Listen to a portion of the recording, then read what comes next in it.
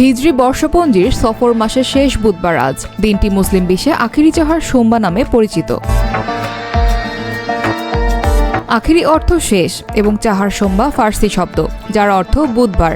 বাংলাদেশ, ভারত ও পাকিস্তানের বিভিন্ন অঞ্চলে দীর্ঘদিন ধরে ধর্মীয় ও সামাজিকভাবে দিনটি পালিত হয়ে আসছে। প্রচলিত বর্ণনা অনুযায়ী মহানবী হযরত মুহাম্মদ সাল্লাল্লাহু আলাইহি সাল্লামের জীবনের শেষ দিকে অসুস্থ হয়ে পড়লে সফর মাসের শেষ বুধবার তার শারীরিক অবস্থার কিছুটা উন্নতি হয়েছিল।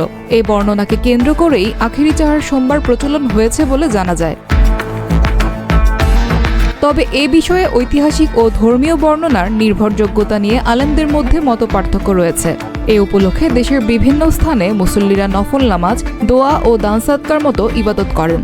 কোথাও কোথাও ধর্মীয় আলোচনা, মিলাদ মাহফিল ও বিশেষ দোয়ার আয়োজন করা হয়। তবে কুরআন সুন্নাহয় আখিরি চাহার সোমবার জন্য নির্দিষ্ট কোনো বিশেষ আমল বা আলাদা ফজিলতের নির্ভরযোগ্য দলিল নেই বলে অনেক আলেম মত দেন।